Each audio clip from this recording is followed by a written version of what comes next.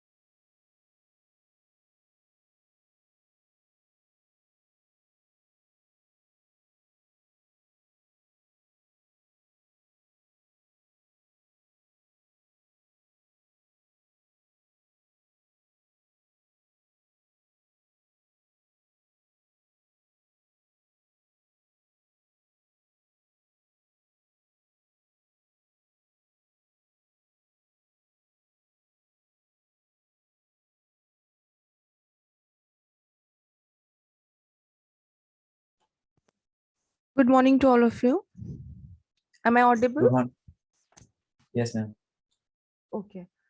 Actually, I am not available in next week. That's why I'm taking this lecture, two lectures, because I don't want to stretch your syllabus after the last date. Okay. So please cooperate just for a week. Otherwise, आपका syllabus ही ma'am कोई pending रह last date आ जाएगा. गया है क्या? Actually, हम लोगों को बोला है दिसंबर में syllabus complete करने के लिए. मैम दिसंबर कोई डेट?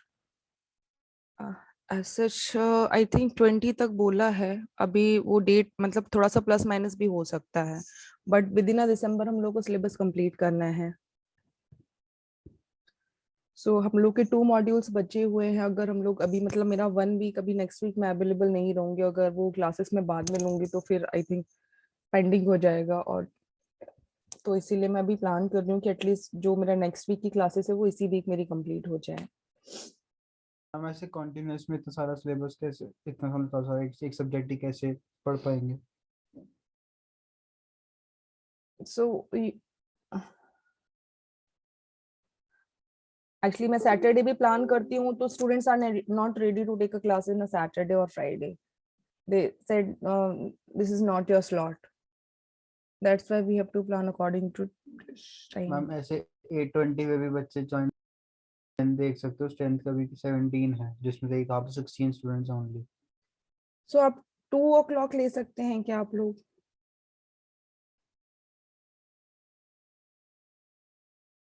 एक्चुअली देखिए, मैं नेक्स्ट वीक में क्लासेस नहीं लूंगी, तो आप या तो आप 2 o'clock ले लीजिए, या फिर अगर अभी नहीं लेना है तो फिर आप कैसे इसको मैनेज कर सकते हो बता दीजिए, तो मैं उस अकॉर्डिंगली प्लान कर लूंगी किस टाइम पर आप ले सकते हैं. या सैटरडे फ्राइडे में ले सकते हैं, कैसे आप कर सकते हैं आप लोग वो बता दीजिए.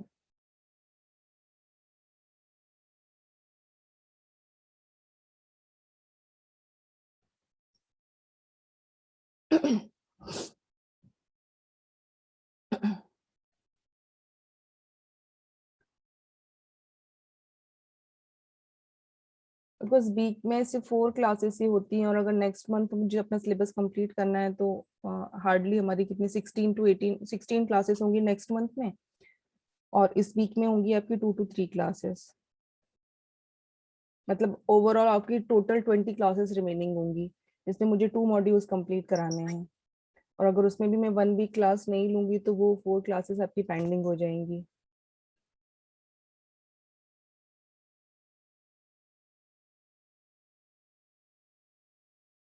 मैम इस टाइम पे अचानक से वैसे इतनी सारी सब्जेक्ट्स का प्रेशर है, और इतने टाइम से ऑनलाइन का ही सोच रहे थे, अब सडनली ऑफलाइन के आसार लग रहे हैं, तो फिर और सब्जेक्ट्स का भी देखना होता है. आपने पिछले वीक का बोला था तो हमने आपको कोऑपरेट किया था पूरे week.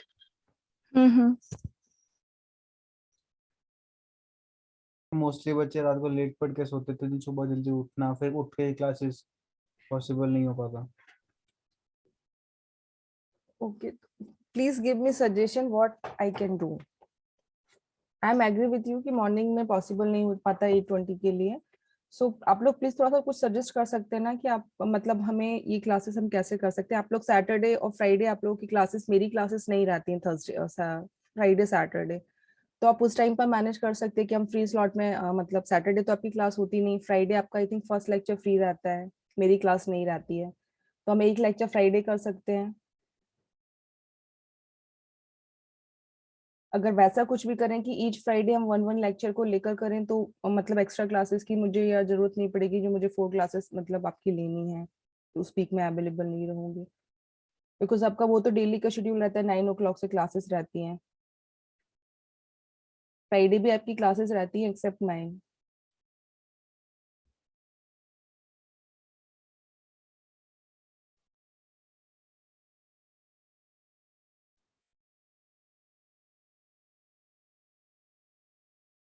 Hello,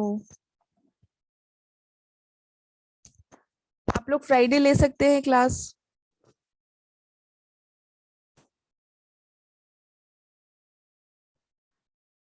hello, Yes, ma'am. एक बार डिस्कस करके बता देंगे. ठीक है, तो आप लोग, मैं फिर अभी क्लास कंटिन्यू करूं या ना करूं, ये भी बता दीजिए आप लोग। ये वाला तो कर लीजिए, ये वाला तो स्टार्ट हो गया।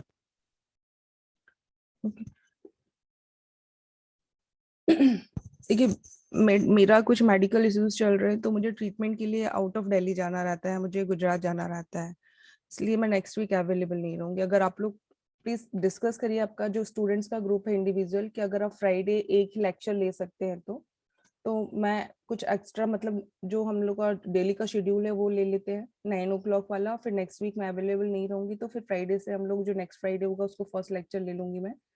तो जो भी हमारे 4 फ्राइडेज होंगे उसमें 4 क्लासेस ले लूंगी मैं। तो हमारा जो सिलेबस है वो भी कवर हो जाएगा, कुछ पेंडिंग भी नहीं रहेगा, और आपके ऊपर कुछ एक्स्ट्रा बर्डन भी नहीं होगा एक्स्ट्रा क्लासेस का।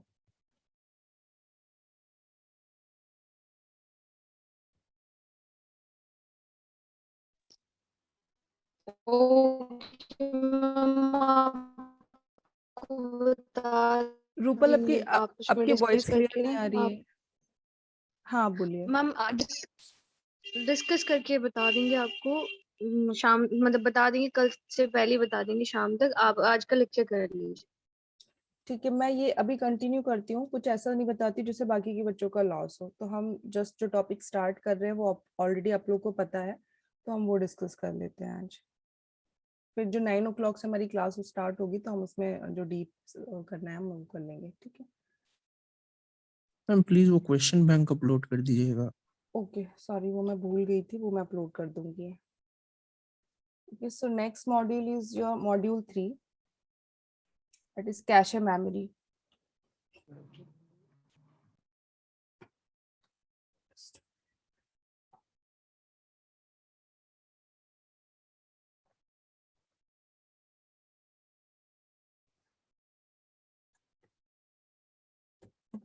So this is your module 3 cache memory notation, and इसमें जो आपके टॉपिक्स है that is introduction of your cache memory, basic notation, cache organization means cache mapping, and write policies, principle of locality, replacement strategies, different type of cache.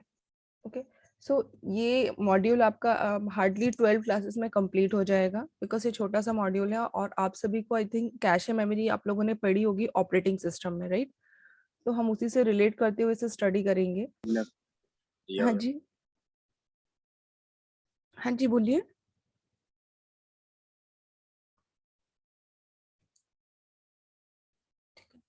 तो जो सब topics भी हम cover करेंगे, दैट इज फर्स्ट होगा आपका introduction of cache memory and basic notation which is used in your cache memory, different level of cache memory, principle of locality, types of locality which we are used in a principle of locality, types of misses, cache organization or cache mapping. In this cache organization or cache mapping, we discuss about the 3 types of cache mapping: direct mapping, associated mapping, and set associative mapping.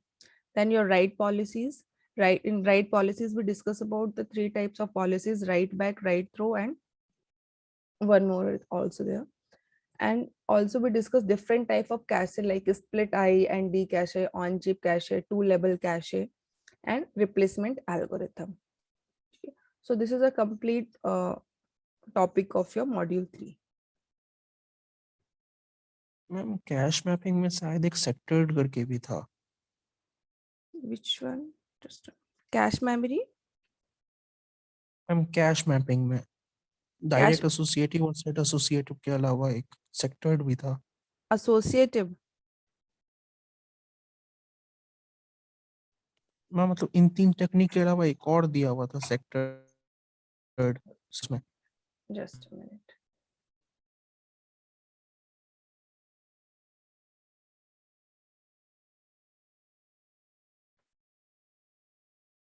Direct, associative, set associated and shattered. तो ये जो भी आपकी mapping organisations हैं या जो भी mapping की स्ट्रेटजीज हैं वो सारी डिस्कस करेंगे। ये 4-3 है, एंड ये 4-1 जो है वो भी हम करेंगे डिस्कस। ओके, सो सबसे पहले हम स्टार्ट करेंगे कैश मेमोरी से। But before going to start cache memory, we discuss about the memory, because these memory and types of memory is also a sub part or subtopic of your syllabus.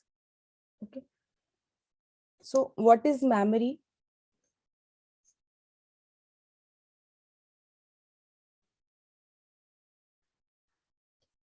क्या होती है memory, पता है आप सभी को? आप लोगों ने ऑपरेटिंग सिस्टम में आई थिंक मेमोरी पढ़ा होगा, कैश मेमोरी भी पढ़ा होगा. Yes, ma'am. So what is memory?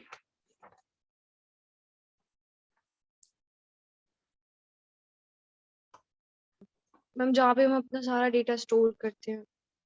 Okay. So basically memory is a place where we store our data and information, right? ठीक है. which is needed to store data. Okay. ठीक है. Now we you know all about the types of memory which we are used, and like your auxiliary memory, primary memory, magnetic tape, magnetic disk, cache memory, input output processor. ठीक है. Then your direct your DRAM, static RAM, dynamic RAM. बहुत सारे memory का अपने organisation या एक hierarchies जो होती होगी वो आपने पढ़ा होगा आई थिंक स्टार्टिंग में, right?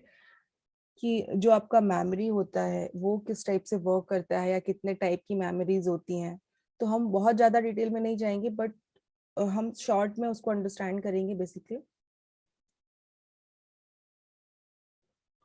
Okay. So basically, we divide the memory unit into two categories. First is your main memory, and second one is your auxiliary memory. Main memory is what? Where we can communicate, we can directly communicate with the CPU. ठीक है. And this main memory is also be called as random access memory or RAM. ठीक है. So main memory क्या होता है? जहाँ पर हम directly CPU से communicate करते हैं, जहाँ पर हमारा जो डेटा होता है वो स्टोर होता है, हम वहां से randomly उसे एक्सेस करते हैं. ठीक है. And second one is your auxiliary memory. So this auxiliary memory basically provide a backup storage. Okay. Or this is backup storage, or you can say that this is a permanent type of memory. Okay, where we can store the data for a long time. So for example, your magnetic disk, magnetic tapes are the most commonly used auxiliary memories. Okay. Now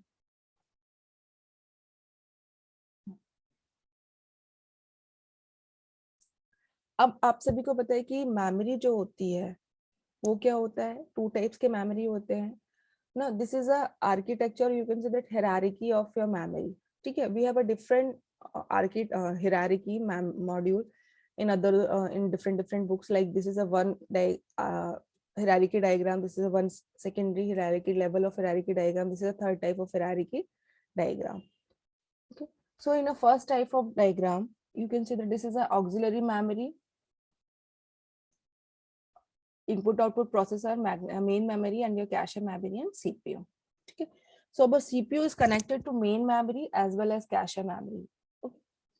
Then this main memory is connected to your input output processor, and this input output processor is connected to your magnetic tape and magnetic disk. And this magnetic tapes and magnetic disk is a type of your auxiliary memory where we can store the data permanently or for a long time. Okay. तो CPU क्या करता है? हमारा main memory से connect होता है. जो भी डेटा हमें एक्सेस करना रहता है सीपीयू को, वो कहाँ से एक्सेस करता है? आपका मेन मेमोरी से एक्सेस करता है. ठीक है. वी स्टोर और we use a cache memory in between the CPU and the main memory. ठीक है. कैश मेमोरी को हम कहाँ पर रखते हैं? हमारा जो मेन मेमोरी और सीपीयू उसके बीच में रखते हैं. क्यों रखते हैं मैं अभी आपको बताऊंगी. ठीक है. So this is a place of your cache memory. Now this main memory is connected to your input output processor where we give some input and we get some output. And this input output processor to connect it to your auxiliary memory like your magnetic tapes and magnetic disk.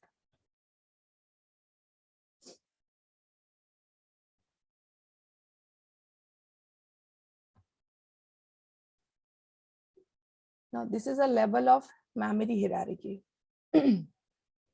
Now this is a register, cache, memory, disk and tapes.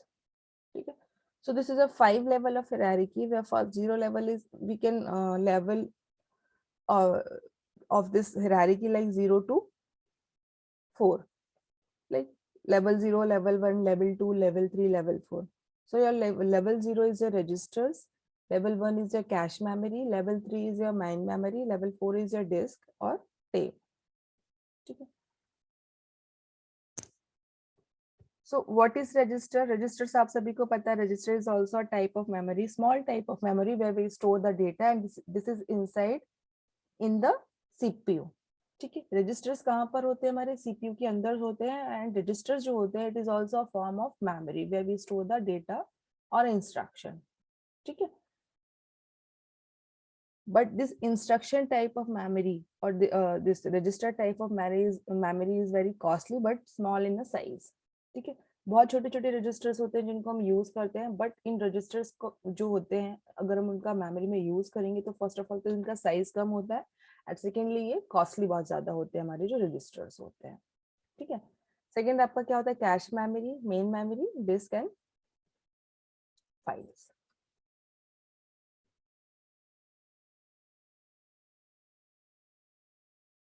ठीक है, now this is your CPU register level 0, जिसके अंदर क्या होंगे? आपके registers होंगे. Level 1 is your cache memory, level 2 is your main memory, level 3 is your secondary storage and level 4 is your territory storage. ठीक है, तो this is a memory hierarchy. तो आप किसी भी डायग्राम के थ्रू मेमोरी हायरार्की को बता सकते हैं, लाइक जैसे मैंने यहाँ पर लेवलिंग करके जो आपको डायग्राम बताया है, या फिर ये वाला जो आपका डायग्राम है जिसमें हम डिफरेंट लेवल्स बता रहे हैं. Right, each level have a specific task और अ फंक्शन. ठीक है, जो भी हमारे लेवल्स है उन सारे लेवल्स में जो भी हम यूज कर रहे हैं मेमोरी में उनका एक स्पेसिफिक टास्क है या फंक्शन है जो वो परफॉर्म करते हैं. लाइक आपका सीपीयू रजिस्टर्स हो सकते हैं, या सेकेंडरी स्टोरेज हो सकते हैं, या कैश मेमोरी या मेन मेमोरी. ठीक है, अब जब हम लोगों ने रजिस्टर्स पढ़ा था तो हमने बताया था कि रजिस्टर्स कैसे हम इम्प्लीमेंट करते हैं. यूजिंग फ्लिप फ्लॉप का यूज करके हम रजिस्टर्स को इम्प्लीमेंट करते हैं. ओके, सो लेवल 0 क्या है? आपका CPU register. So this are present within which are contained inside the CPU. किसके अंदर होते हैं? आपके CPU के अंदर होते हैं. They are present inside the CPU, so they have a least access time. ठीक है, अब आपका जब कोई एक मेमोरी आपके CPU के ही अंदर है तो उसको आपको एक्सेस करने में कितना टाइम लगेगा? लीस्ट एक्सेस टाइम लगेगा, बिकॉज आपको मेन मेमोरी तक नहीं जाना है, आपको CPU के अंदर ही वो आपकी मेमोरी है. ठीक है, तो it will take a least access time and this type of memory are very expensive. ठीक है, and they are this type of register or a memory are small in a size. Like हम उसमें से जो data store कर सकते हैं या मेमोरी स्टोर करते हैं वो किसमें हो गए? इन केवीज. ठीक है, but we have a huge number of data which we have to store in a memory. ठीक है, तो केबीज में जो डेटा स्टोर होगा वो कितना स्मॉल साइज का होगा. ठीक है, और हम अगर हमें रजिस्टर्स ही अगर हम सीपीयू में यूज करेंगे फॉर मेमोरी तो हमें लार्ज मतलब मोर नंबर ऑफ रजिस्टर्स की रिक्वायरमेंट्स होगी. आई डोंट नो, मतलब बहुत ज्यादा हमें नंबर ऑफ इंस्ट्रक्शन की सॉरी रजिस्टर्स की रिक्वायरमेंट्स होगी एंड वो हमारे एक्सपेंसिव भी होंगे. ठीक है, तो उस एक्सपेंसिव जो हमारे रजिस्टर्स होते हैं हम उनको रिमूव करने के लिए एक्सपेंसिवनेस को हम क्या करते हैं? रजिस्टर्स तो यूज करते हैं बट एक लिमिटेड अमाउंट में हम रजिस्टर्स को यूज करते हैं. ठीक है, तो in place of registers we use main memory, secondary memory और cache memory. Level 1 is your cache memory. So cache memory कहाँ पर प्रेजेंट होती है? तो this cache memory is present in between the CPU and the main memory. ठीक है, CPU and main memory के बीच में हम कैश मेमोरी को रखते हैं. So it store the segment of programs that are frequently accessed by the processor. ठीक है, कैश मेमोरी के अंदर हमारा कौन सा डेटा होता है? हमारे पास मेन मेमोरी है जिसमें ऑलरेडी हमारे पास डेटा स्टोर होता है. ठीक है, but we are using one type of memory that is cache memory and this cache memory are basically used to store the frequently used instruction or data. ठीक है, and this frequently used data or a program or an instruction is accessed by the processor or a CPU. ठीक है, तो कौन सा data रखते हैं? जो हमारा frequently used data होता है उसको हम कैश मेमोरी के अंदर रखते हैं ताकि प्रोसेसर है या जो CPU है वो डायरेक्टली कैश मेमोरी से डेटा को एक्सेस कर ले, उसे मेन मेमोरी तक जाने की रिक्वायरमेंट ना हो. ठीक है, so it is expensive and therefore smaller in size, but cache memory is implemented using static RAM and it is economical than registers. ठीक है, ये expensive तो होता है आपका, बट यहाँ पर क्या करते हैं? ये आपका इकोनॉमिकल होता है. किससे? रजिस्टर से तो लेस एक्सपेंसिव होता है.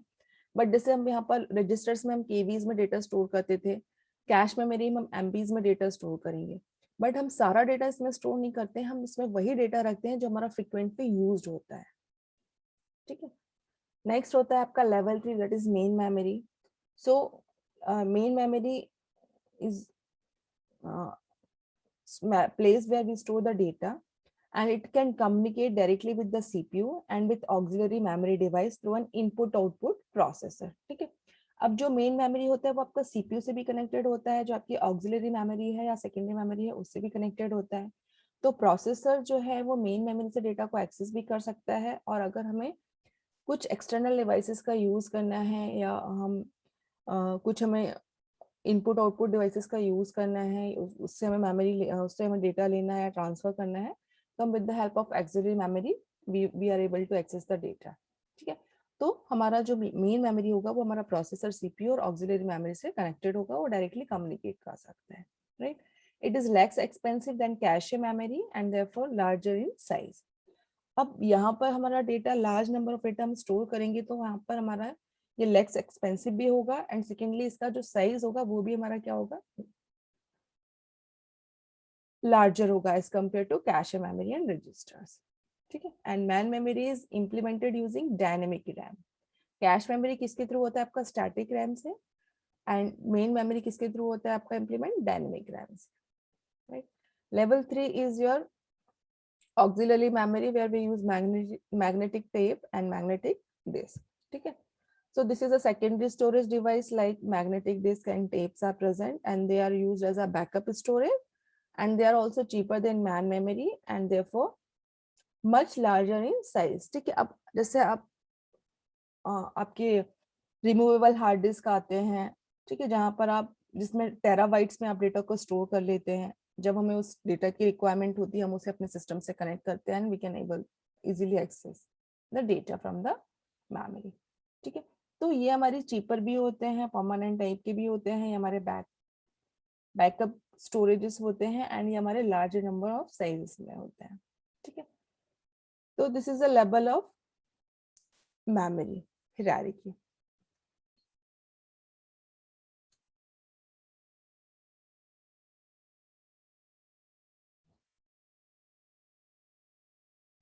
लाइक नाउ ऑक्सिलरी मेमोरी, जैसे मैंने आपको बताया क्या होता है। So this is the lowest cost, highest capacity and slowest access storage in computer system, ठीक है। So it provides the storage for program and data that are kept for long term storage और we are not in immediate use, ठीक है। तो like हम जो हमारे pen drive में या हम अपने जो रिमूवेबल हार्ड डिस्क होते हैं उनमें जो हम डेटा स्टोर करते हैं वो हमारा लॉन्ग टाइम, मतलब लॉन्ग टाइम के लिए होता है, ठीक है।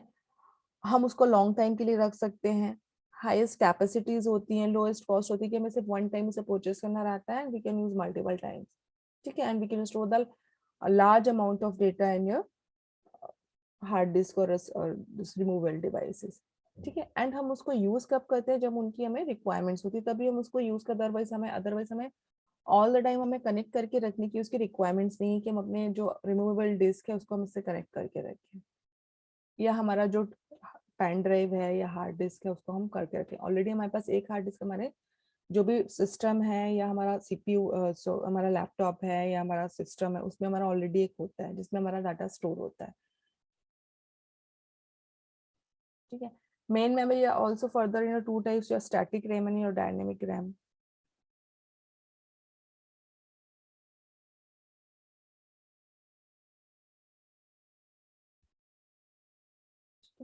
So we can access the memory by these three methods, that is random access, sequential access and direct access, ठीक है। So basically this each memory type is a collection of numerous memory location to access the data from any memory. First it must be located and then the data is read from the memory location, ठीक है। अब आपको पता है कि जो हमारी main memory है, मेन मेमोरी के अंदर हमारी डिफरेंट लोकेशंस होती हैं जहां पर हमारा डेटा स्टोर होता है, ठीक है। उन लोकेशंस को हम मेमोरी लोकेशंस बोलते हैं, जहां पर जो डिफरेंट लोकेशन में हमारा डेटा स्टोर होता है, ठीक है। अब उस डेटा को एक्सेस करने की हमारे क्या होते हैं, 3 मेथड्स होते हैं, right. Random access, sequential access and direct access. Random access क्या होगा? Basically main memory or random access memory in which each memory location has a unique address, and this unique address, any memory location can be reached in the same amount of time in any order। ठीक है, तो random access में क्या होगा? मैंने आपको बताया कि मेन मेमोरी के अंदर जो हमारे डिफरेंट लोकेशंस होती है जिन्हें मेमोरी लोकेशंस बोलते हैं, तो हर एक मेमोरी लोकेशन जो होती है उसका एक यूनिक एड्रेस होता है। ठीक है, तो उन यूनिक एड्रेसेस का हम यूज करके मेमोरी लोकेशन से हम सेम टाइम पे किसी भी ऑर्डर में उसको रीच कर सकते हैं। ठीक है, सीक्वेंशियल एक्सेस में क्या होगा? तो जो भी हमारा मेमोरी को होगा, इसमें हम क्या करेंगे, जो भी हमारा मेमोरी एक्सेस होगा वो एक सीक्वेंशियल ऑर्डर में होगा, that's why this is called sequential access. Next होता है आपका डायरेक्ट एक्सेस। तो डायरेक्ट एक्सेस में बेसिकली क्या होगा? In this mode information stored in a tracks and with each track having a separate read and write head। So आप लोग अभी FLA पढ़ रहे हैं तो उसमें आपको read write head and track I think already clear होगा कि क्या होता है read write head या हमारा track क्या होता है। ठीक है, तो हम यहाँ पर जो भी हमारी इंफॉर्मेशन होगी उसको हम किसमें स्टोर करवाएंगे? ट्रैक्स में स्टोर करवाएंगे। और हर एक जो हमारा ट्रैक होगा, ईच ट्रैक क्या होगा? उसके पास उसका separate read and write head होगा। तो this is a direct access method. ठीक है, तो ये 3 टाइप से हम मेमोरी को एक्सेस करते हैं। अब मेन मेमोरी जो होती है, जैसे मैंने आपको बताया था static RAM and dynamic RAM होती है, तो इनकी भी फर्दर हमारी कैटेगरीज होती हैं। ठीक है, जैसे dynamic RAM, static RAM, non volatile RAM. ठीक है, वैसे ही हमारे रोम के भी टाइप होते हैं, erasable P ROM, erasable P ROM, erasable electrically erasable P ROM. ठीक है, तो आपको ये पता होना चाहिए कि कौन सी मेमोरी का टाइप कौन सा है, लाइक पी रोम, ईपी रोम, डबल ईपी रोम, ये किसका है? आपका डायनेमिक रैम का है, सॉरी रोम का है। एंड रैम का क्या है? आपका D RAM, static RAM, dynamic RAM and non volatile RAM.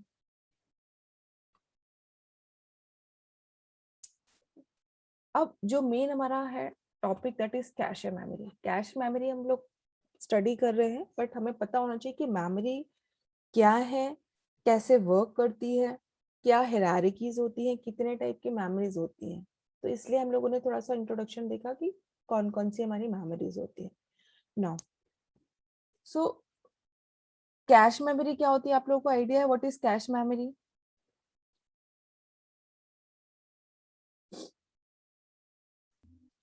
हम frequently used data जहाँ पे stored होता है, वो cache memory होती है।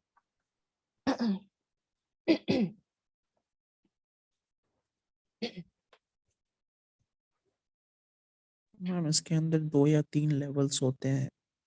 That is a multi level cache memory.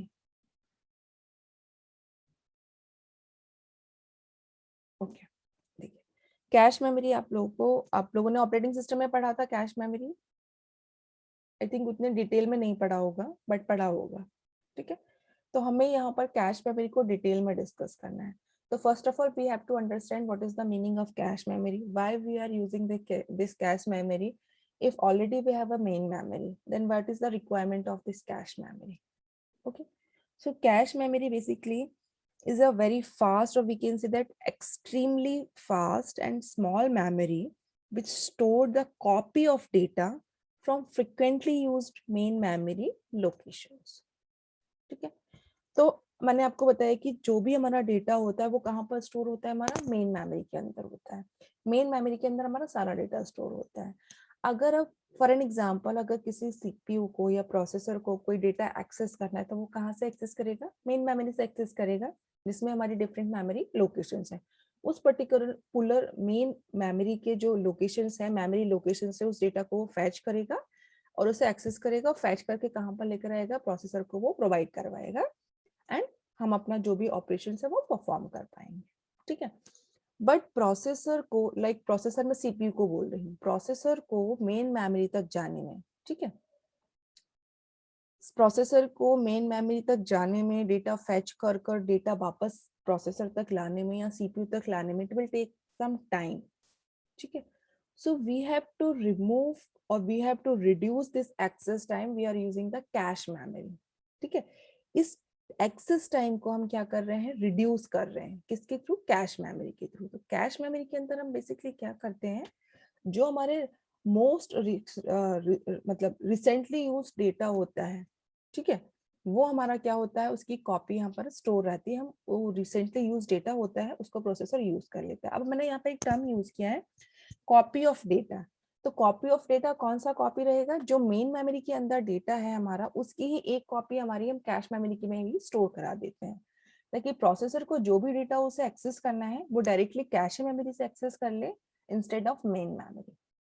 ठीक है, क्यों यूज कर ले, अब जो हमारी कैश मेमोरी है, ठीक है, so basically it is placed between the CPU and the main memory, and this cache memory, ठीक है, nearer to your processor और CPU। ठीक है, तो कैश मेमोरी हमारे CPU के नियरर प्लेस होती है। सो वो डायरेक्टली वहां से CPU सबसे पहले किससे एक्सेस करेगा मेमोरी को, कैश मेमोरी से एक्सेस करता है। ठीक है, so basically it is used to reduce the average memory access time. ठीक है, it can directly communicate with CPU, register and main memory. ठीक है, अब कैश मेमोरी हमारा CPU और मेन मेमोरी के अंदर है, तो कैश मेमोरी डायरेक्टली किस किस से कम्युनिकेट कर रहा है, आपका CPU से भी कम्युनिकेट कर रहा है एंड यहाँ से भी मेन मेमोरी से भी कम्युनिकेट कर रहा है। हाँ जी, हेलो,